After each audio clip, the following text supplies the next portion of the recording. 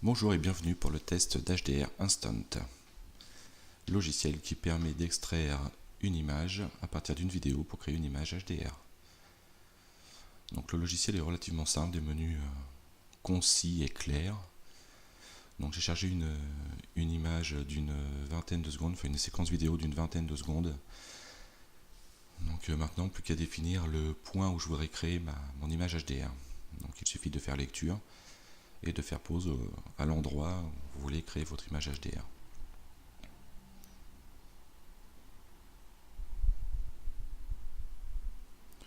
Une fois cela fait, vous prenez les taquets de droite et de gauche pour réduire le nombre d'images qui serviront à créer cette image HDR. Le constructeur conseille une dizaine d'images.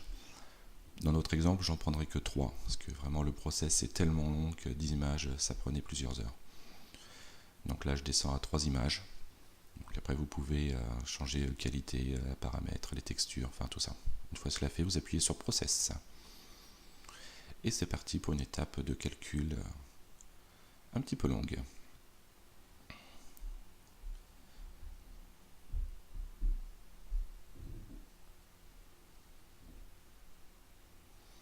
Donc 6 minutes après, nous voyons le résultat.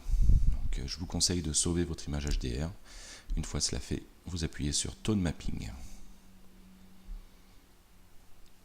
Donc l'image apparaît. Donc sur la gauche, nous retrouvons des menus assez classiques pour jouer sur votre image. Et sur la droite, apparaissent des images avec des thèmes prédéfinis.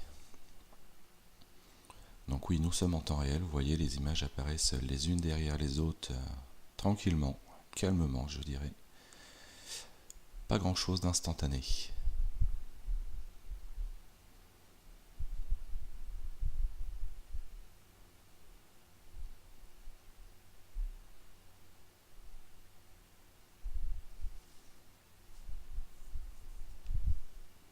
A priori ça a l'air d'être bon, et puis rien qui se charge.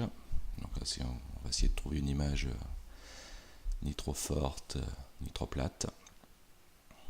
Donc bien sûr, après, vous pouvez toujours jouer avec les menus sur la gauche, après ou avant. Bon, l'idéal, c'est de prendre une image prédéfinie, et puis après, réajuster. Donc voilà le résultat d'une petite image. Menu gauche, à mon avis, c'est pour préenregistrer des modèles.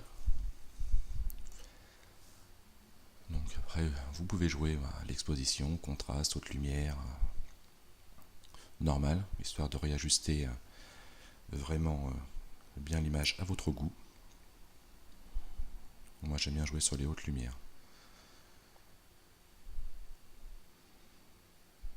Là c'est assez pratique, enfin, ça réagit assez vite. Voilà, sur les blancs aussi. Un double clic, le curseur se remet à 0, ça c'est pratique. Une fois que c'est ok, plus qu'à appliquer. Donc là, tous les changements sont appliqués sur votre image. Donc vous voyez que 24 minutes plus tard, sauvegardez votre image, toujours sauvegarder chaque étape pour ne pas recommencer. Là vous retombez sur un menu de rotation. Si vous devez réajuster votre image, vos horizons. Mais vous voyez, pareil, ce n'est toujours pas instantané.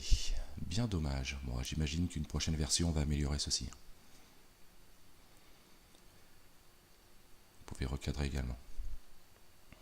Une fois cela fait, il n'est plus qu'à appliquer. Donc voici le résultat. Le résultat donc de l'image HDR issue d'une vidéo, donc je vous rappelle bien, là a été issu à partir de 3 images de la vidéo, ce qui est peu par rapport à ce qui est recommandé. J'espère que le test vous a plu. À bientôt.